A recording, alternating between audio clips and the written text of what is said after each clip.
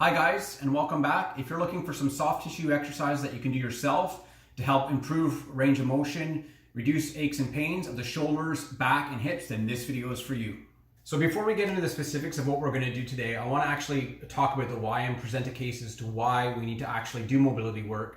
Even just 10 minutes a day is going to make a difference. So the first thing it's going to do for us is decongest the tissues, right? It's going to bring in the garbage out, so activate our lymphatic system, and it's also going to bring blood flow in, and all that decongestion is going to help desensitize the system, which is actually going to be a big player in reducing pain.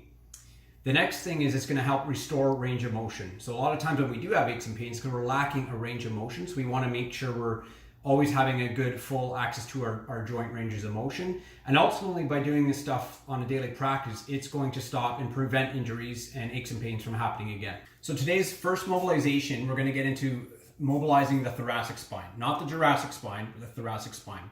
So this region of our spine is called thoracic spine, requires a great deal of mobility for our shoulders and neck to function properly, as well as our lower back to function properly. Saying that another way, if we actually lack good position or good posture or mobility here, that's going to manifest into lack of performance, lack of function, and even some pain into our neck and shoulders as well as our lower back. So it's important that we want to maintain our mobility of our thoracic spine. So for this T-spine mobilization drill, I'm going to be using the double lacrosse ball, or you can call it the peanut. You can order these online, or you can take two single lacrosse balls, tape them together, or even using a single lacrosse ball. Okay? Now when I come down on the floor, I'm going to position this in my mid-upper back like so, in this region. Okay, so as far as soft tissue goes, guys, pretty much everything is fair game as long as we reference these four rules. And the first rule is breathing. Now there's many different breathing techniques. What I want to focus on is just your ability to take a full diaphragmatic breath in through the nose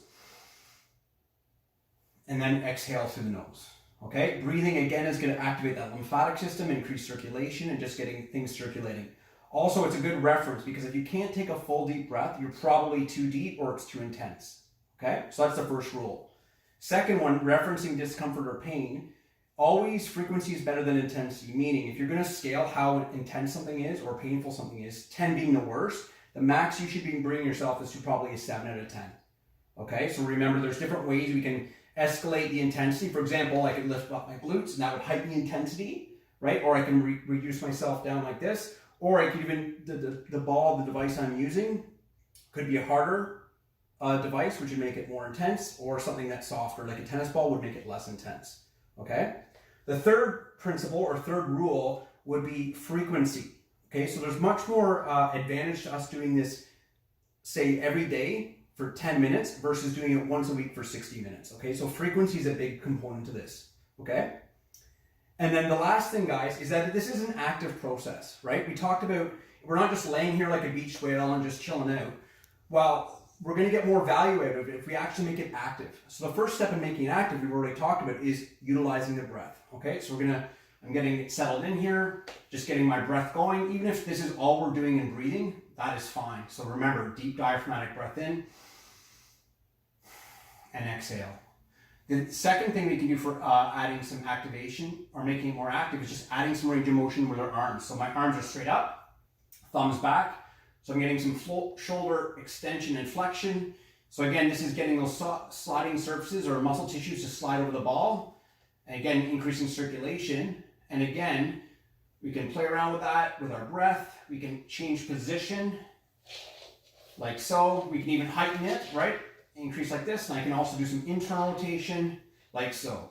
Pretty much everything is fair game as long as we follow those rules, guys. We can take a full deep breath at all times, okay? And the pain does not go past 7 out of 10. So next mobilization we're going to get into, guys, is mobilization for our glutes. The reason we need to mobilize our glutes, well, that's part of hip mobility. Just like if we lack mobility in our T-spine, it can manifest to pain or dysfunction up into our neck and shoulders and lower back. Well, same thing below, right? So if we lack mobility in our hips, chances are that could cascade up and cause some lower back issues, okay? So this can be part of our approach to maintain hip mobility. So I'm going to put the lacrosse ball, I prefer the single lacrosse ball, just like if you were going to wear jeans where your jean pocket would be, and you're going to put it under your glutes, and I put your fingertips back so you can kind of sit on the ball without putting your full weight, right? So we can temper, again, the intensity by how much we're putting into the ball. So here we're just looking for just slow and steady, just cross frictions back and forth. Remember our rules, should have full access to the breath. Pain shouldn't be past 7 out of 10. And we also want to make it active, which is a combination of breathing and a combination of moving. So what movements can I do? Well, let's start internally and externally rotating the hip back and forth. We can start flexing and extending, again, maintaining our breath. I personally like to kind of heighten it by actually coming down to my back and positioning it more laterally, right? So I can do the same kind of things, and I can get into the more the glute med on the lateral component of the hip. Same thing, breathing, right? And then I can internally, externally rotate, and then bring the leg in and out, like so. Okay? As mentioned, hip mobility is a big factor in how our lower back functions, right? So this should be part of our hip mobility protocol.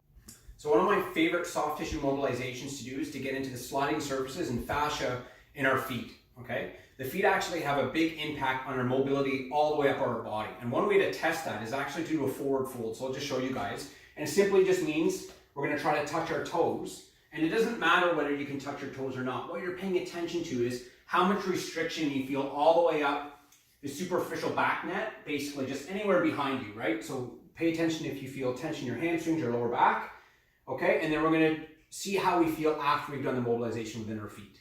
Okay guys, so for the mobilization of the foot or the feet, I prefer to use the lacrosse ball. So just using one lacrosse ball, and I'm also gonna spare you the side of my feet, and we're gonna use Celia as a demonstration here. So rather than just put the ball in the arch of the foot and just stand on the ball, I prefer if we actually were a bit more subtle and we put the ball at the top of the foot. And remember our rules, she should be able to breathe, so she can temper how much weight she's putting on. There shouldn't be too much pain. And she's adding the movement. So she's doing cross frictions back and forth, right? And then from that position, she can actually hold and start moving her toes as well. She can actually start moving. Remember, we want the movement, flexing and extending her toes. And again, you can kind of scan the foot as she moves back. So she's gonna move up a little bit, do the same thing, scan back and forth laterally, and then she can pause, breathe, getting some movement of the toes. And typically, guys, what people find is the center of the foot is the most sensitive spot, and then the arch of the foot as well too. So remember those rules, we'll make sure that we're able to breathe. And just a caveat here too, if you are doing this because you're experiencing some flare up of the plantar fascia, your best bet is to go upstream and downstream versus actually the site of pain and smashing that site, right? So you want to take the slack out of the system by, again, going upstream and downstream versus actually like resting the ball and your full weight on that site of pain. The other bonus we can do is this foot here. So her heel is down and she's actually going to put this foot forward, and now she's going to put a little bit more weight on there, but she's also stretching the fascia in the calf. So she's getting some dorsiflexion and some calf mobility as well too. Right, so she can kind of move back and then move forward, right? So you're, again, mobilization into the calf as well too. So once you've spent a few minutes on that, you can do the other foot. And obviously I would recommend do the test and retest to see if you made it feel a difference of how your forward fold goes. Remember, I said the foot can be a big player, the fascial system all the way up into the posterior chain. So that can help with any issues of mobility all the way up the backside of your body. Okay, so thanks for watching, guys. Hopefully these 3 mobilizations will help you improve your mobility and function. Full disclosure, that's, again, 3 of literally hundreds of different techniques you can do. If you are interested in learning more about yourself, there's a few different options. First one is you can subscribe to this channel and subscribe to my mobility playlist. There's lots of different ideas. Also comment, let me know if you want me to make a video on something specific for you. You could also contact me for a full assessment and so we can get more specific into designing a program for you. Secondarily to that is I got a lot of my information from the Master Kelly Starrett and the Ready State. So there's all these different protocols you can dive into as well too. So there's some different options for you. The big thing, guys, is we should be trying to allocate 10 minutes a day to work on ourselves. Our soft tissue is going to play big dividends in the long game as far as longevity and pain-free movement. Thanks, guys.